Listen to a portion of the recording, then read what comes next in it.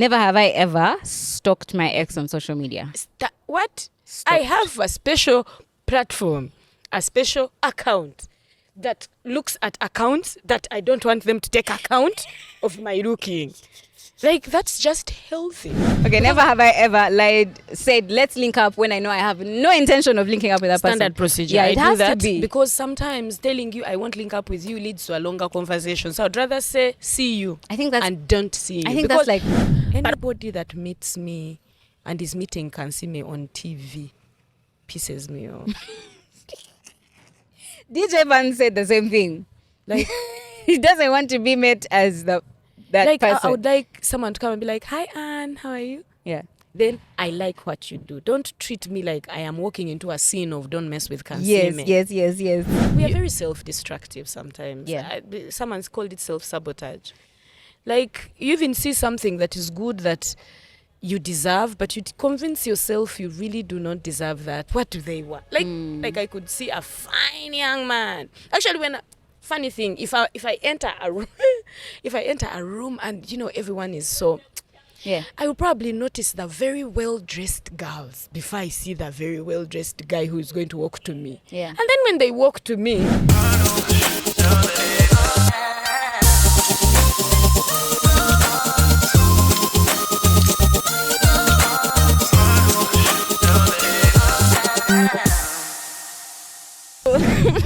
I don't even know where to start or how to introduce this conversation because I'm in my PJs. You've seen full bonnet. What? I don't know how you guys are gonna in receive fact, this. let me remove my shoes also. Yeah. Like properly. Please be comfortable. What is the point of PJs if there we go. I have the one, the only, the funniest woman I know. Me as me. Anne Kansiime is in the building. We should have booked something. We should have. We are not serious. And you're smelling amazing. You're smelling nice. Are you sure? Yeah. This is how you be. I'm just trying to cover up investigations just in case some barrier is passing. I need them to know that the environment here is high vibration. So good. Thank you. Yeah. Thank you so much. So I guys, mix my things. I don't smell one thing. Everybody, and by the way, that's the hack, but we shall circle back to that. Everybody by now probably knows who Anne Kansiime is, but just in case you don't know, she is an amazing African comedian. One of the only few female comedians, me personally, as me, I know. Like, you have very little information. On what? That's what you are saying. On what? Female comedians. Within like Africa, like, who else? We are many. You? We really are. Who else? There's Kotilda, there's Akite. I know Kotilda, but then I don't know anyone You know else. Leila. How can you not know Leila Kachapizo? I know Leila. But You want to say you don't know Senga na Antume. You want to come for those you ones that are you don't know her. limited. Those ones are limited to the fact that I don't necessarily understand their jokes sometimes. Like they do in their language. Now you are speaking personally. No. But then we have Celestine, we have Mamito, we have most of them are South Africans, and then there are some Kenyans. We are there. The fact that and there's still room for more. There is room. There's really there room. is room. I really You know don't what? Get why we fear this Every thing. time I see something like that in the industry, like us having a conversation like this, and they're like, there are not that many people doing this, I feel like whoever is out It's there, an advert. Like, yes, like calm. But the thing is, not all of us can be funny, and Comedy, yeah? not all of us can Comedy be is funny. like, it's like self-sacrifice. Like, you die every time you stand on stage risking to make people laugh. Yeah. I think it's the hard. I don't know. I don't think comedy is an easy entertainment. It's not. You see, that's the Also, thing. it's not for like this culture of ours doesn't allow us to comfortably make fools of ourselves for the public. Like, I don't know. I'll give maybe like an example of even not even a woman, but like I've seen someone like Eric Omondi in Kenya push boundaries of what is believable in his society, like how he dresses up, how he presents himself when he's acting. And then when you meet him in real life, you're like, this is not right. How can this be the same person? So I think the culture constraints restrict very many girls from allowing to stand on stage and, Let me tell you what, I think it's intimidating to be so confident in how funny you are, right? Like, me, sometimes I crack jokes and I laugh alone, and that thing haunts me. I go home and think about that moment. because you're laughing at yourself. I was laughing alone. Like I cracked the joke and no one laughed, and it goes home. I go home and it haunts me. Like Sometimes you die in public, and then you go home and it haunts you. Now I need you to imagine the pain of being paid, and you step on a stage, and you speak what you planned, and the giggles are not. They're not what you giggling. expected. May have moments where I think I cry. Actually, I think after every big performance, it's not like I be like, okay, 1, 2, 3, go, let me cry. First of all, I don't want to go out after. I feel like I have been lifting weights. Especially if the show is good. It's like I'm more depressed if the show was very good. Like I get back to the hotel room. Why? And then you can I don't know. But it's so easy for me to bawl out my eyes and cry so much after a good show. And in that moment, if you ask me why am I crying, I don't know, but it's such a relief. Yeah. Such a relief. can And only I don't imagine. easily cry. And when I'm actually sad or depressed, I have the best sets. If I'm if I'm heartbroken, I don't know how to perform. I can't perform. Me, love is like fuel. So I always make sure there's something I'm really crazy about or someone I'm crazy about to fuel me. Yeah. So even to be a comedy You have man, like what, a month to fall in love because the roast is coming. Yeah. But we shall I fell in love long ago. We I know shall- how big my heart is. Yeah. Eh? We're gonna circle back to that. Let me tell you, the first time I was ever introduced to you as a comedian, I will never forget. It was a skit, and this skit you were like, How old are you? you don't worry about don't worry about it. I've come for you to By the way, Anne, you're gonna be shocked when me and you are around the same age. That would be so nice. Yeah, I think we are. I think we are probably around like Okay, so I was born in 86. I was born in 90. You are a child.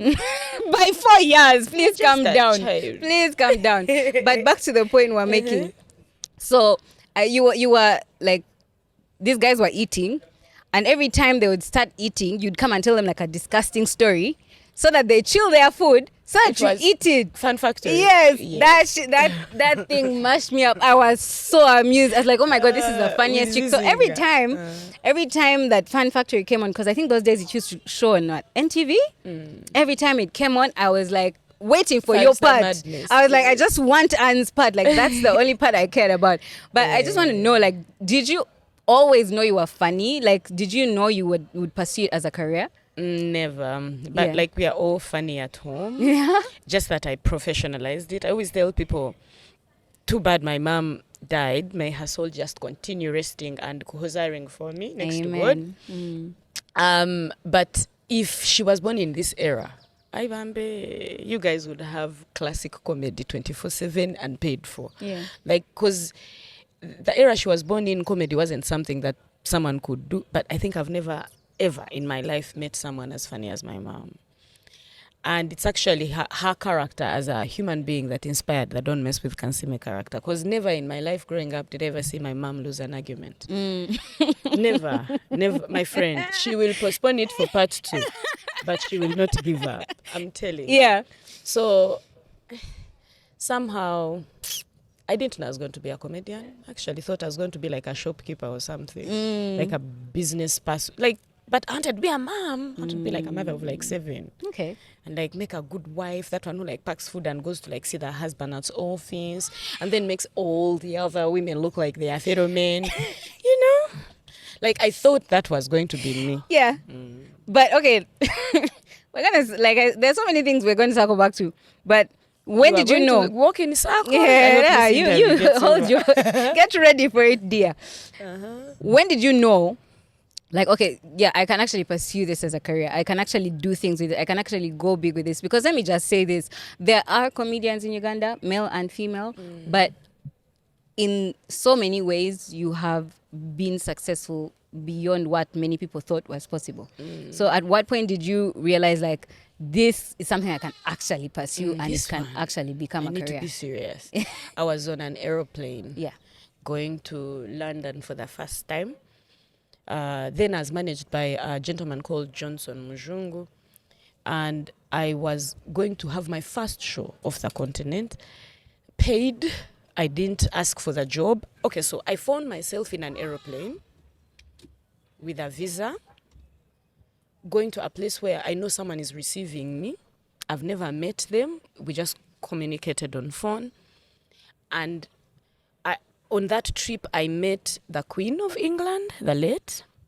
Wow. I was invited to go to dinner. It was a Commonwealth dinner in the palace.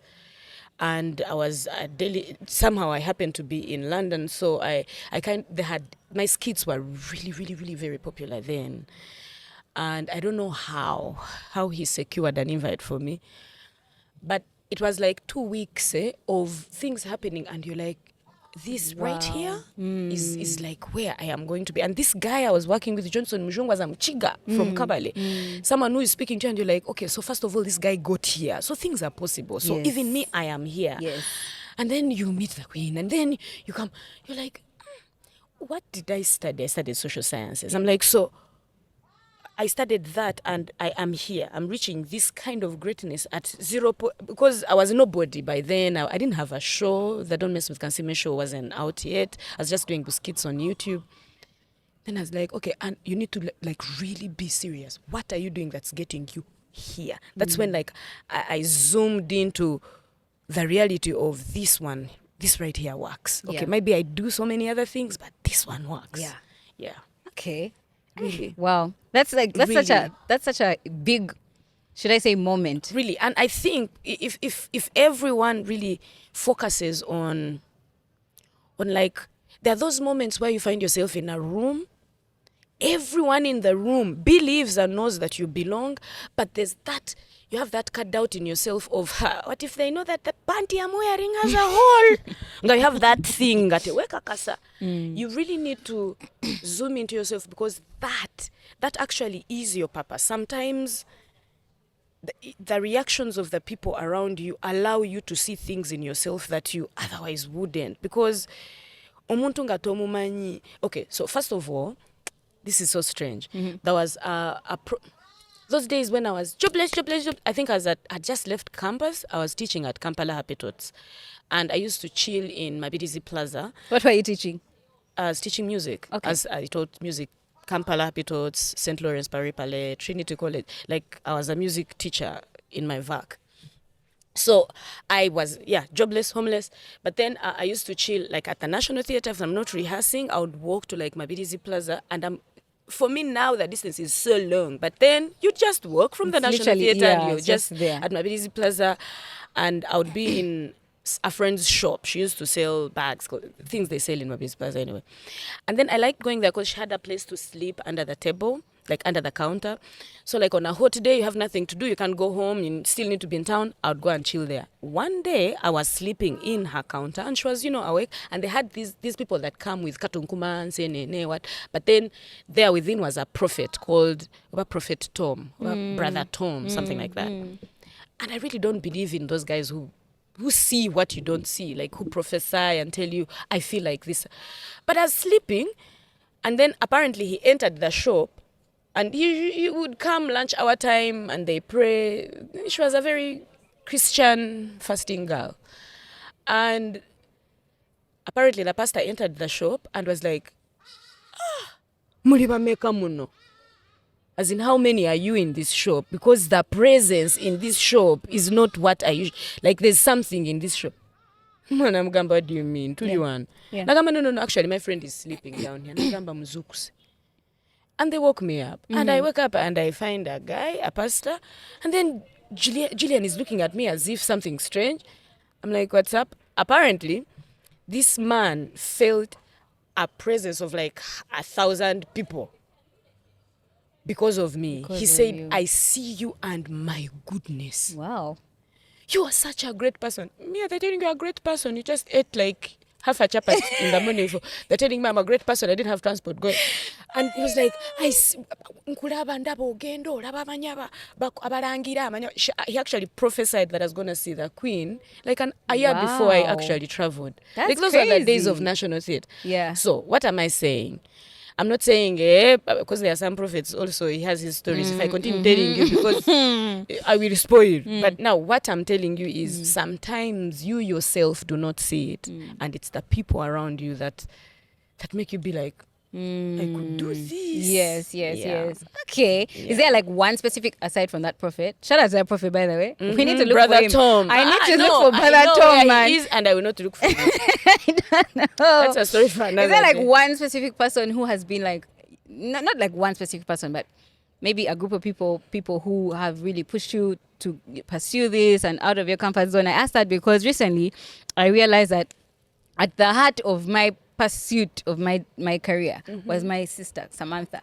Like, that chick pushed me. She'd get me auditions, she'd get me meetings, she'd get me what? Like, when I just told her I want to be in the media, and she's like, let's make it happen. And she did everything humanly possible that was within her control to make that happen. So did you have someone like that for you? Or was it you yourself who had to fuel it? Maybe a series of people. Yeah. But so what I'm really mostly known for is Don't Mess With Kansiime, right? The Yes. skits, they're the ones that put me on the map. And now the show Don't Mess With Kansiime would not have happened without a gentleman called Washira Weruru. He's actually the boss of Royal Media in Kenya. And the story of meeting him is hilarious. He called me and I really thought he was a con man. It's like Sudhir calling what you. are the odds? It's like Sudhir calling you and telling you, I want to give you a job at Serena. Don't you have people who could call me? Yeah, exactly. Like Why I know would- you. Like, why are you calling? Why are you calling me? Because it's called. It's because the people had tried to get to me, and I didn't take any of them serious because I didn't think I could do what they were telling me I could do. He called me, organized me like business class tickets. I slept in like presidential shoot of Serena hotel. Yeah. I was so suspicious. Like, this man, whatever it is he wants, I won't give it to him. And then when I had a meeting with him, he's the one who actually told me when he's watching the skits, then there were like 10, 15 skits that were on YouTube that had caused the whole fracas of who the hell is this girl? Because my skits would randomly feature in like their Point Blank. Citizen TV had some comedy section. I don't know, like, but the Point Blank of that side. Yeah. So I would feature. That's how they had gotten to know about me. So then he said, "Can this girl give us a whole show instead of just her featuring in snippets of news?" Yes. So then that's why he called the meeting. And in the meeting, he told me, I see you and you're small packaged and how you don't see the lens. And he described what he would feel when he would see me on screen winning arguments. It's like, nobody should mess with you. And I believe there's so many small girls out there that see you and they're like, that's where I want to be. Even me, I want to answer like that. So he gave me the name of Don't Mess With Kansiime. He said, call it Don't Mess With Kansiime and give us different scenarios where we just should not mess with Kansiime. Just like that. Yeah. Those are he taught me I needed to own whatever skit I made and named Don't Mess With Kansiime. Yeah. He offered to license my content, not commission it like platforms are doing right now. Like DSTV is doing right now. It's coming and more interested in commissioning and taking ownership of content, of authentic creativity, original stuff. And they're like, make, sweat, hand over, walk away. 10 years from now, you won't even get 50 shillings seeing yourself shine on screen. Yeah. So he taught me the value of owning what you are doing. Like, even if it's little, own it. Yes. That was Washira Wairuru. Yeah. So that's like, after that, I think I just kept on pushing myself. And when you're short and you've grown in Kabari and you grew with other children, like how I grew up does not allow you to not push yourself. Like when you're short. I'm what, just and what is your, because now they say aim for the skies, but like you're short. like the most So we you can really get need is to like be here. able to bounce off the ground as much as you can. So I think I pushed myself, but I really had. People have not been selfish with advice. Yeah. There are people who've been really generous with advice. That one. And then there's, I got to make money so early in the business on YouTube because of a gentleman called, I don't know, Ronald. I've forgotten that, but he's Afro-Baliner online. He's Desire Luzinda's brother. An amazing human being who called me and told me, are you making money? You're making us laugh, but are you making money? I'm like, of course I'm being paid. He's like, no. From Are you YouTube. making money? Yeah. I'm like, no. He's like, yo, madam, okay, can I help you? Yeah. And he helped me know that I could own and earn and now I have a salary. I've had a salary for like 13 years. I don't think many entertainers can say that. From YouTube? Yeah, I get a monthly pay. The skits that you watch, the first skits that you watched still pay me money. You have over like 1.4 million. I'm almost making 1.5. I can't wait. Wow, like I'm just like amazed by that. I'm here like when I make 10K, guys, we're popping champagne on this channel. Okay, so moment of being serious, guys. If you're watching this show and you haven't taken time to, what's the name of your channel? It's never that serious. Oh, my channel is called Sabrina Agasha. So Sabrina Agasha, please just relax. We have that time in the world. Just take that minute, go there and subscribe. Come back, we shall be waiting for you. Exactly. Let's even wait. Silly can't they think we are joking? 1 minute, you just go. It's okay. We're not going to say anything you're going to miss. Go and subscribe. It's just subscription. It doesn't cost anything. Banang. We're not asking you to give us money to do our hair. Because she has hidden it today. We don't know what is underneath. Please just go and subscribe. Guys, it's maybe that's so why. Important. And that's the least you can do, man. Subscribe. Maybe that's why I'm wearing a bonnet. Some of my ninjas, just give her 10K only. 10K only. Go and subscribe. Thanks, Anne. Okay. What is your creative process? Me, like I said, in my opinion, you're easily the funniest woman I know, right? Easily. I know funny people, but not as funny as you. So what is your creative process? A lot goes in the things that you eventually see. Yeah. So I'm not a fool, but then I work with a team of fellow geniuses, if I may say, because I have a creative team that has about 8 stand-up comedians, and not just any stand-up comedians, very good stand-up comedians. Omara Daniel, Don Andre, Napoleon, Okello, Timothy Nyanzi, and then Kotilda Inapo was my first creative director. She was like the brains behind the first hilarious skits of Don't Mess With Kansiime. And So I can't tell you that I'm as good as sometimes I appear to be, but I have a team that ensures that I don't look bad. Okay. And it's good to know that you need people to tell you, not to say yes. That has not worked. So I have some truth tellers I surround myself with that won't allow me to embarrass myself. I like that. You definitely do need a team. Like it takes a village sometimes, especially like when you're building a brand as big as yours. Let's talk about the roast. Yes. So I met you at the Women's Day event, and you talked about a roast that's happening May 9th. So first of all, what made you decide to do a roast? And my audience is tapped in, like they know what a roast is. What made me do a roast? What made you want to do one? So I think I've been roasted all my life. I just wanted to make money out of it for once, if I may say that. Things are said about you. You can't justify them. You can't retaliate. Have been killed. Things have been said. And now I am single. So people are choosing me of all kinds of relationships. So just doing a roast, really. First, it's the first we are doing in East Africa, I think. I don't think I've attended a roast or even heard of a roast show. So the Comedy Grill is just one of those many things I like to bring to the industry and have the opportunity to actually nizayatandika ebintu bya TikTok buskits twakola buskits is an Emanuela of Nigeria and it's beautiful to be able to start some things. So I think the Comedy Grill just came from a point of let me not just stand on stage to just crack jokes, which I could.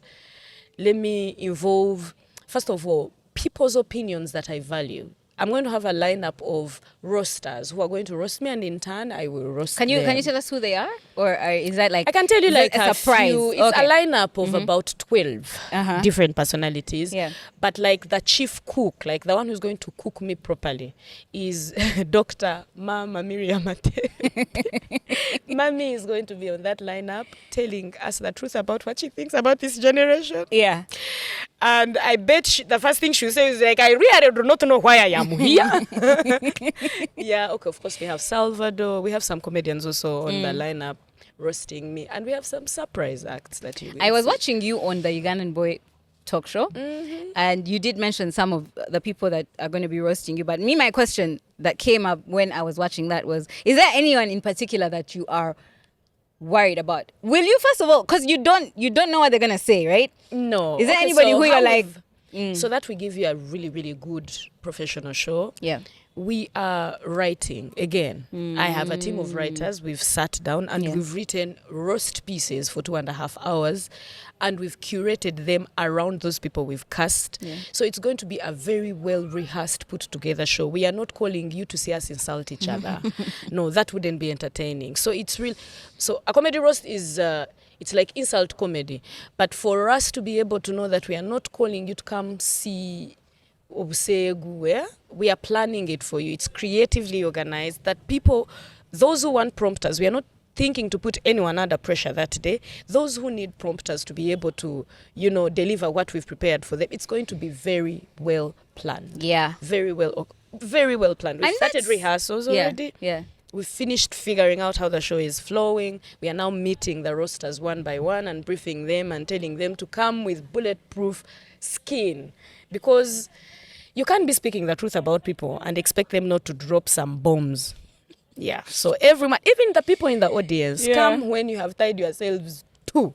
Yeah. Because we just might talk about that body part you don't like us pointing out in public. Let me tell you, every time I watch a roast, I just be looking at people's reactions. I'm telling you. And I'm like, I don't know, like you have need to put yourself in vibration mode. Like otherwise you'll erupt. They'll just see Exactly. Kasuku and editors will just And you know the most like the thing is you can't take it personal. And even when it's your turn to speak, you can't look like you're taking it personal. And it's really been a hassle making that lineup, because the people who are funny, who would give you a good roast, most of them can't take it. Yeah. They can dish it out, they can, properly roast you and people will laugh. But when it comes to them receiving their share, so we had to find people with thick skin, people who can deliver a joke and take a joke. Yeah. What's a big misconception about you, Anne? What's something you think people misunderstand about you? Okay, I think let's just put it in present continuous. Okay. The thing that people misunderstand, are going to continue misunderstanding about me, it's literally, it's me. You're going to continue misunderstanding me because even in me, I'm still trying to figure myself out. So how do you hope to understand someone who even don't understand themselves yet? Katugwe, you tell me. You decide to say your mission is to understand, and you can't. Even in me, I'm still trying to figure myself out. So the misunderstanding is ongoing. Going to continue. It's just an ongoing thing because Nsiba nchuka, tusiba tuchuka, and it's your prerogative. You better change. Don't stay the same. To be fair, we're all evolving. Yeah. So wasn't you me, actually it's okay. These days I am okay with being misunderstood. So maybe the greatest thing people misunderstand about me is, the most common one is just not taking me serious when I am dead serious. Yeah. Like nearly half that. I don't think I get out of bed any day to be unserious about my life. But your one is never that serious. Completely. So, It's never that serious. You've openly spoken about your relationships. I've been watching interviews you've done, I think, with Energy, the Ugandan Boy Talk Show, and the relationship. I've been doing interviews. Actually, I had stopped. Yeah, I hadn't seen you for a while, and then suddenly I started seeing you again, which is great. Thank you for gracing us with your presence. Thanks. But you openly speak about your relationships. If you could go back in time and give your younger self advice, relationship advice, what advice would you give them? To just not, I don't know, because it feels like everything I did in my foolishness, in my being young, in my not knowing so much, it feels like everything I did in my past relationships I needed to do because I will never do them again. Even when I want to take back one of the things, I'm like, I wish I had it. But now I know how it feels. I did it. I know how it feels. So to stand a chance of boring you, Bambi, there's nothing I would change. I wouldn't advise myself others. Just that this time around, I'm more careful. The only thing I tell myself now is to not forget what I have been through. Like, that's it. Like, please, Anne, don't forget that it hurt like this. That's all I can tell myself now. But how it hurt then, it needed to, because it won't hurt me again. That's true. And I like that because the person you were before you made the mistake is not the person you are now. So the mistake was necessary. You get. However, when you're going through it, you're like, I should have known better. Do you know me? The advice I'd give myself: leave at the first red flag.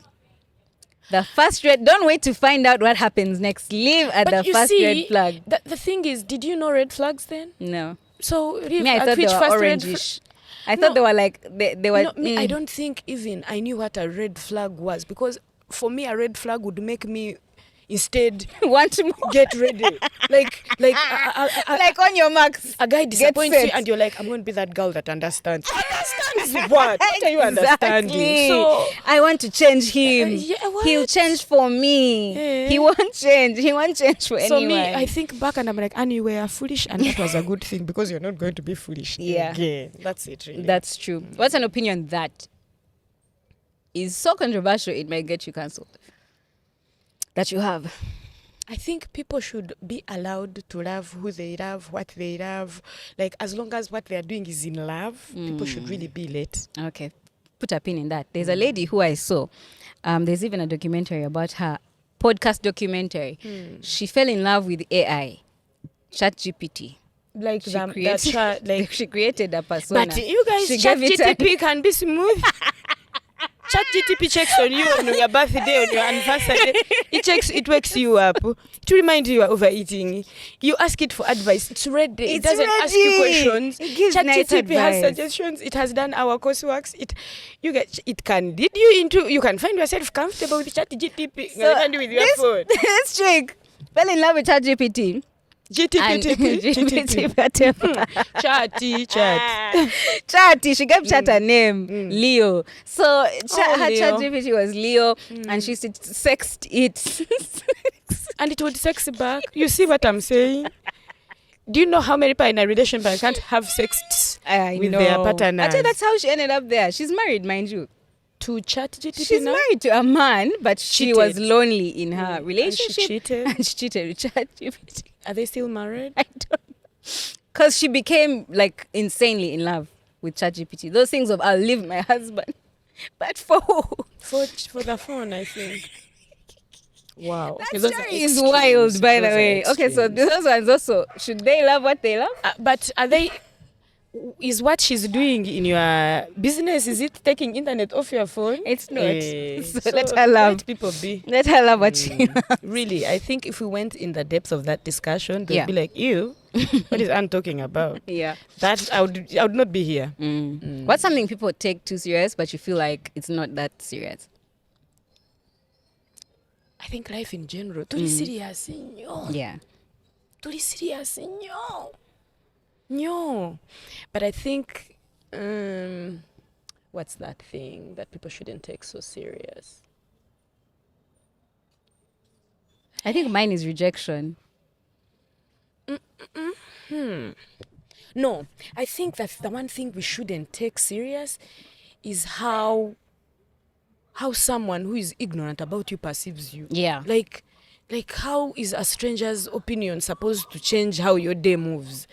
Like you wake up, then social media. Manange, you guys, it's never that serious. It never is. Like, there's nothing anyone should say on your phone. Actually, I see this a lot on TikTok videos which are saying, you're not black. You're not short. Someone says, look at you, short person, and you still get pissed off. You know you're not selfish. Yeah. Someone calls you selfish. And you know in your heart of hearts, you're not selfish. Yeah. That shouldn't bother you. It It shouldn't be shouldn't. something for you to be on, really. So I think other people's opinion, especially people who do not know you. That's a word. And I like that you're saying that. People who do not know you. Because my next question is going to be, first of all, let's first go in that direction of what is the most outrageous thing someone has said about you, like online, that almost No. triggered you to that point of like, They killed me. By the time you're reading news that you are dead, you don't said even know what? whether to post. Actually, there's a time I had to post and be like, yeah, I died. I died in Australia. there was news that you died. Yes. Why didn't this news Those days- reach me? Okay, Bill, did you get that news? So let me tell you. That Anne died. You didn't have internet by then.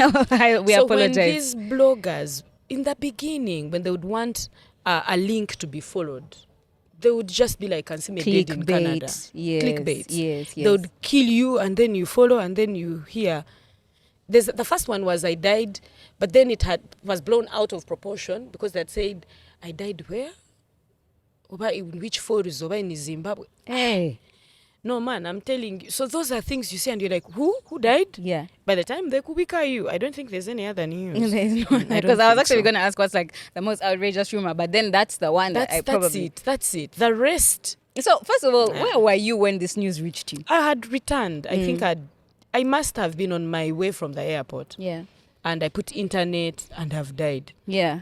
What did you do? I called my mom because she was the one who used to get very traumatized by certain news. And if she knew what was going on with me, I didn't care who else didn't know. And didn't people like flood like your DMs and what? No. It happens like the first 2 times. It happened like 3 times. Wait, what? As in you've been killed 3 times? Like in 2012. Like if you go online, in 2012, then in 2018, somewhere before COVID, then so it would happen. I don't know.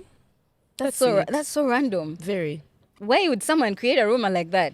Because then you'll click to be like, where has Anne died? Yeah. And then I was really, really in the news. There was a time when there was a challenge going around on social media where like these people would come and say like, let's say a beloved somebody has died, and they'd be like, okay, so maybe, I don't want to even say anyone who is still alive. Let me think of someone who is already dead. Who do we love who is dead? Mose. Okay. Yes. Mose Radio has died, but at the time he had not yet died, right? So the trend was you come and tell somebody they love has died, and yet that person is still alive. And I felt like that was such a bad trend. That was a trend. Because it was a trend on TikTok. Like literally maybe a year or 2 ago. Finishes. Yeah, like it was a trend. And I was like, how is this funny? And people would laugh. Also, how does something become a trend on TikTok? Because I see some things and I'm like, who did this the first time? Who and did this? How did we all end up back here and turn this into a trend? What is the worst trend you've seen that you're like, oh, this should never have happened? Me, that one is the one. There's this one where recently I watched it. Parents are in the toilet and they get like chocolate.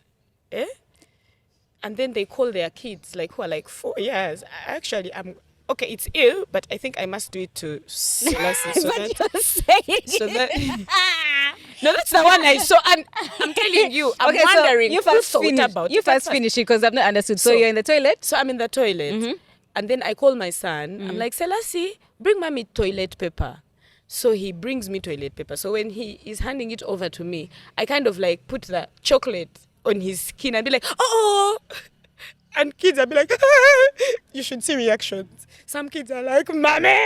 This one kid was like, I'm like, like kids had all kinds of reactions. Yeah, no, I would. Yeah, that's like, disgusting. why are people putting their kids through this? But Selassie just might go through it for the pleasure.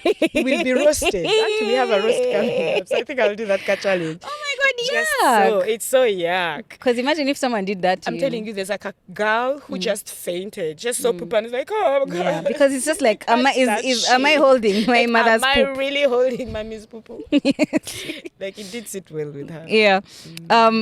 If crime were legal for a day, what would you do? Me, I would be on death row. I would have killed like. But now it's legal, so you won't be on death row. Do you have specific people in mind? Okay, so this is what happens. I have these moments where I really do thank God that God hid our thoughts. And sometimes we have the capacity to... You get? No, I don't like capacity to, like someone gets on your nerve and you're like,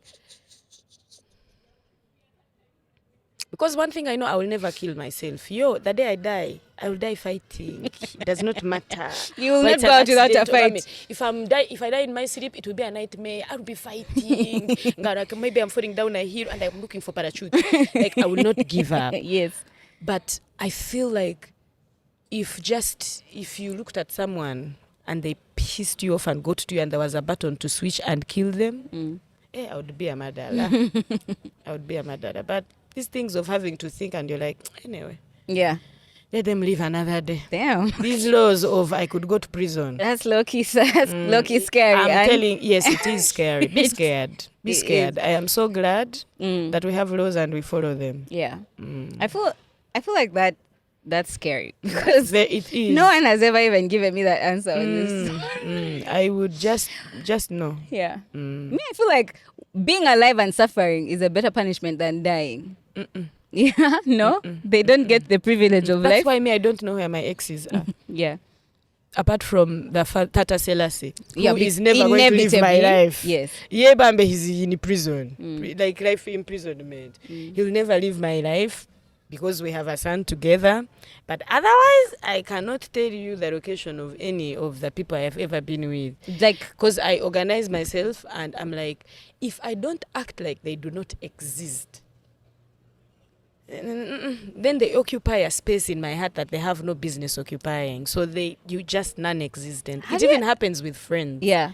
Have you ever noticed that? Yes, With that friends, thing. I'll be so done with a friend and somehow it's like I don't know where they stay. I don't know like when someone asks me, "Oh, how is?" I'm like, "Why? What the fuck? Where are they? Yeah. How are they?" Have I was you ever so traumatized. noticed? One of my exes died during COVID. What? And that I heard about their death and I felt so guilty. I was like, but Anne, you can't forget. You forgot someone, they've even died. I felt like I had something to do with it. No. Yeah. But no, I get you. But I was going to say, have you ever noticed that sometimes you cut someone off, like an ex or a friend, and you think you will never survive?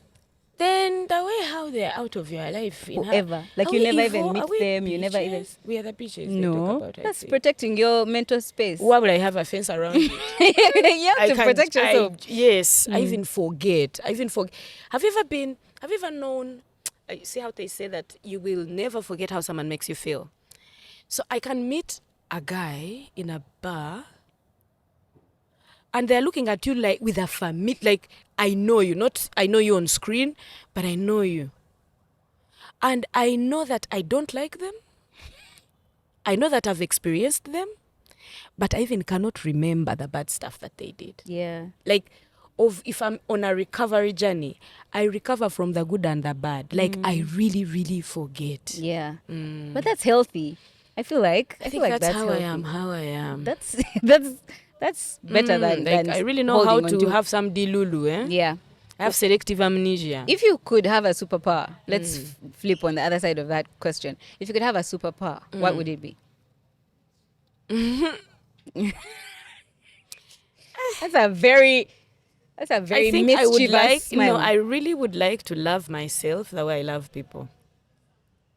Like, if I could just send it back, the way I consume myself, I get consumed in someone else. I wish I had a superpower to just do that as a boomerang and do that on me. Yeah. It would be such a nice feeling. That would be such a beautiful feeling. That's a good answer. Because I be suffering. I'm like, how do I explain to you what I feel and how much of myself I'm giving, so that you give me at least half of it. And I have that statement where I say, if you could just do half of what I'm doing for you, I'd be okay. But that's not a good place to be. Like, if someone is not even giving you half. Some of us just find ourselves, we are very self-destructive sometimes. Yeah. Someone's called it self-sabotage. Like, you even see something that is good that you deserve, but you convince yourself you really do not deserve that. What do they want? Like I could see a fine young man. Actually, funny thing, if I enter a room, and everyone is so, I will probably notice the very well-dressed girls before I see the very well-dressed guy who is going to walk to me. Yeah. And then when they walk to me, my feeling is, why me? There's that big why me. Why?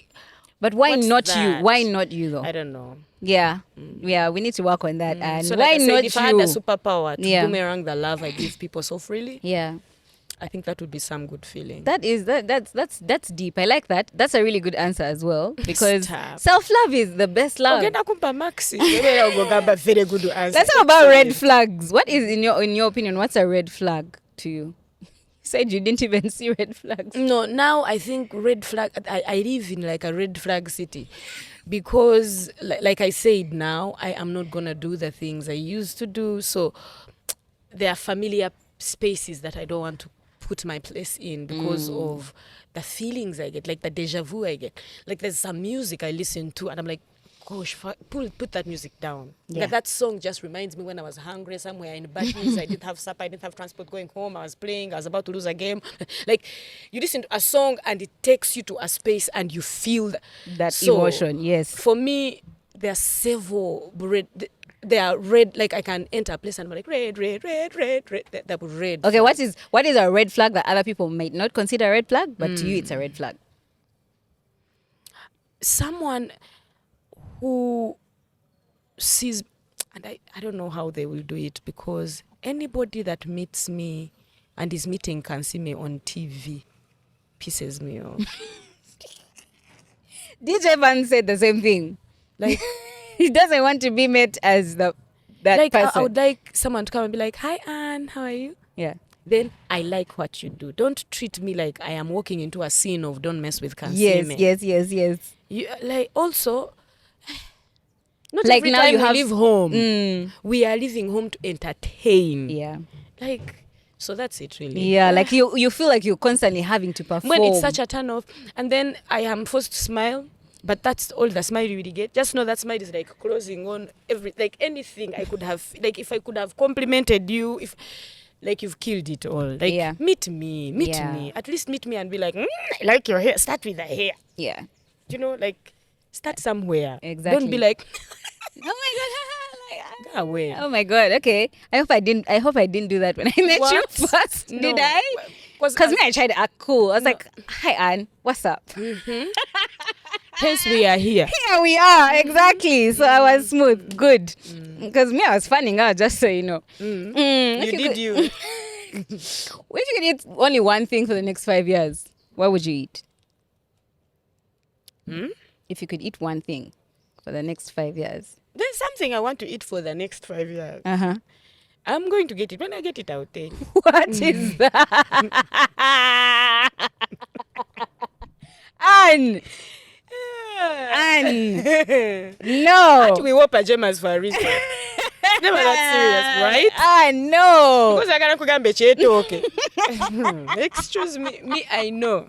There's one thing, there's something I'm looking for. I want to eat it for the next 5 years. How I find close it, are I'll you? tell How you. close are you to finding it? It's in the process. So confusing. My appetite, my palate is just so confused. And it's probably evolved, right? Like it's evolved now. Like it's a little bit more Like sophisticated. sometimes, like there's a time I never used to love like a lot of spice, but like now I love like a lot of. Anyway, let's stop there. We move. What's your most embarrassing on stage moment? That one is standard. I said it the other day. Yeah. I gasped on stage and I was so sure the audience smelt it. How close were you to the audience? Because honestly, So now here's the thing. Yeah. Stand-up comedy, the closer you are to the people, the better. Because the better. energy bounces off properly. So we usually prefer these stages where you like walk into, so that you can pick on someone. Because I'm good with spontaneous jokes. So yeah, sometimes. so okay, like what led up to you farting on stage? Well, Because that's the state I'm in like the first 5 minutes when I step on stage. I'm so nervous. So like the first laughs just give me relief of, okay, I can do this. And the relief, you can't direct it. Sometimes you're too relieved for your own good. are you lactose And even intolerant? I think I thought even that's milk. I carried milk. Oh, I you're don't- not, So eh? I really love my milk. So My you tummy really- usually, it's just nerves. Yeah. And on the day when I like have a show, I have no appetite. I have like a running stomach, but it's like nothing coming out. It's just nerves, really. It's really, really nerves. And then if I'm to partake anything, I would rather do it after the show. Yeah. So like after all these years of performing, you still get nervous. Like, but do you have something I that pray I usually continue gives? being nervous. Yeah. Do you have something that gives you like a bit of relief, like a ritual, like a thing that you do? So that's why I really never travel alone. Yeah. Like if I'm going for a show, there's this pep talk I always need from my creative team. Like I need someone to tell me, okay, every time it's closer to the show, I forget everything. Like my mind is so blank. I don't even know how I am going. Like I've planned everything, but then like moments to the show, I am blank. So I always need someone to be saying like, so okay, remember, so we are starting like, so it needs to be like a song. And then it's not something I can record on my phone and Mba will listen to it. No, Yes. I really need like a real Someone. Don Andre standing there saying, yo, you can't rush into this other joke. Like reminding me of all, like I need to be hearing that. And I was that kind of kid in school who used to like cram how my page looks like in my book, because then I would like highlight things and I would be like, on this page, like in economics, I'd be like, there's stability, what. Like I would know my points. You have brothers, right? Two. I had a video, I don't remember who I was talking to, I think it was Malika, and I saw your comment, and you're quite, I didn't even want to comment under it because I was like, she'll now know I've seen this. And you're asking, you mean there are men who shower twice daily? Yeah. So it was news to you. What? My friend. No one you know. There's no man you know who's showers Let me twice tell a day. you, that's what I'm even trying to teach that to my son, but the way he fights me every morning and like, there's not a time Selassie has willingly walked to showering. Yeah. And I am not going to talk about the father. Yeah. I'm not going to talk about Tata Selassie today. Yeah. But showering, even with my brother. Damn. Like, more than once. Yeah. Because for us, we fight, and once is an achievement. More than once. Okay, like when they're at home doing nothing, I understand. But like you go out into the world and come back and don't shower. I feel pinned here. I feel like I'm being attacked. Let's leave it on that note. Let's actually just play a quick game. And I'm going to let you go, but I want to first play one game with you. Yeah.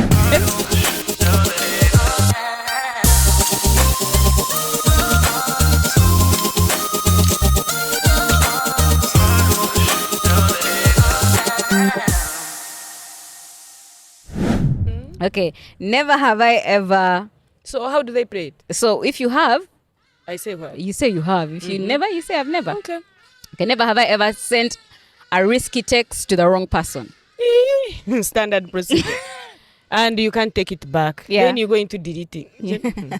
Thank God WhatsApp gave us deleting now, because back then there are people who have, when you've sent it, you've sent it. I hope it wasn't like a sexy picture. My friend, Okay. gossiping about someone, and like you send a screenshot of the person's chat, and you're like, see this one, back to her. You just know I've died. Hata, there's no recovering from that one. That one you take your L. Never have I ever pretended to like something just to impress someone. What? So like a man is Standard in your procedure. Is it? Like What did you story of pretend? my life. What did you pretend to like? It's sexual. Okay.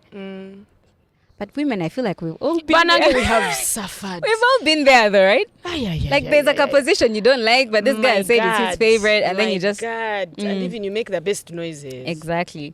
Kumbe, you're not even enjoying You it. don't feel it. Never have I ever stalked my ex on social media. What? I have a special platform, a special account that looks at accounts that I don't want them to take account of my looking. Like, that's just healthy. Because I can't die in curiosity. I can't. I You can't. have a special account I have that- my internet. My dear, if it means getting a phone, Yeah. so that you might track it, I get a special phone to Do you keep know what? tabs till Let I me- am done. let Here's me- the thing. yeah. I allow myself to go through those. I need to stalk you out of my system. Yeah. And then I am done. And then Yeah. I realize, nah. Yeah. And then there'll be days when I don't check. Then I'll check after some time. And then Singer, there's no then I'm like, what the hell? What was it? Yeah. So, yes. Yeah. Yeah. I have a friend who has like a group, like it's an anonymous thing, but like, and if you want to stalk your ex, I can give you the password. Isn't she doing the Lord's work? Nice. That's so sweet. So that we don't have to create a new one each time. And you know it's suspicious when you have little followers. So this one, she has built her following. My She has- page is big. Yeah. You cannot suspect. Never have I ever been on a date so bad that I had to make an excuse to leave. Never. You've never? I just don't show up. Why would I show up where I don't want to be? No, but like you didn't think it would be bad, but we I reached there just and it's don't. bad. First Yeah. of all, dates, eh? Yeah. Sesanga could date. Those are the things I'm looking for, Yeah. guys. How The to next- be taken on a date. the next guy picked. vibing you How has to be to- picked. Yeah. Those things of movies. Open for you the door. Picking me. Yes. Now they're picking Fabiola and she's a Muchiga. What's going on? Yes. Open for you the door. Pull out the seat and give you. They told you me I can't see. I want those things now. Like, I'm just ushering myself into my princess era. By force, by I'm a Amen. princess. Yeah, I love it for you. Never have I ever used a fake name in a I have situation. used a fake name, but then it's not really a fake name. Yeah. My third name is Ingrid. Yeah. So I've used Ingrid a lot. I use Sandra a lot. I don't know why. Same. I don't know why I use Sandra. I call I don't know. I don't know, but I use Ingrid or Sandra. Because me, I use it because it's my And Linda. It's my sister's name. Linda. You have to use a name that if you forget and they call you that name, you will still respond. Yes. So you have to make sure it's an easy one. Yeah. True. Never have I ever slid into anyone's DMs. Like, hi, I like you. Not like hi, I like you, but like in a crafty way. Like, Okay. hey, I like your content. But ngayo, you are sliding in the DM. Yes, you as But me, I okay, that's the thing. If I see a platform and I will go to their inbox and be like, hi, my name is Anne from Uganda. I like your stuff. So I don't know. But I don't think I've ever slid in anyone's DMs which turned into, it's always just we become friends work online. stuff. Yeah. Okay, that's still sliding, but I'm always sliding into people's DMs. yeah. Yeah. Never have I ever been caught in a lie and I had to keep up the lie. I have. I won't elaborate. You do look like it though. I have. You do. And now the thing is, I'm forgetful. That's So, the worst combination. So like lying is really not good for me. Yeah. Because I forget. Yeah. Okay, never have I ever said, let's link up when I know I have no intention of linking up with that person. Standard procedure. Yeah, I it do has that to be. because sometimes telling you I won't link up with you leads to a longer conversation. So I'd rather say see you. I think that's and don't see you. I think because, that's like but also they push us to lie because you imply that you're unavailable and someone wants you to make a confirmation you cannot confirm or be like, okay, I'll see what I can do, and that's a no. yeah. When I asked you to come to the podcast, I thought that's what you were doing to me. Why? So I was skeptical. No, but I was really busy. Like this time around, Yeah. I really had to make sure I find a day which I'm not doing anything. Like now I'm in a meeting space. Yeah. So I'm in someone else's meeting. I know, like, actually, let's wrap this up. Guys, it's been really real. And It's been so short. it has been short. We should do this again. We have to do this again. Oh my But God. and- subscribe. Like shame upon you. You've finished watching this show and haven't even subscribed on her platform. What's this? It's never that serious. It's just like a subscription. She's not asking for money. Maybe I am, though. Maybe. Subscribe. Exactly.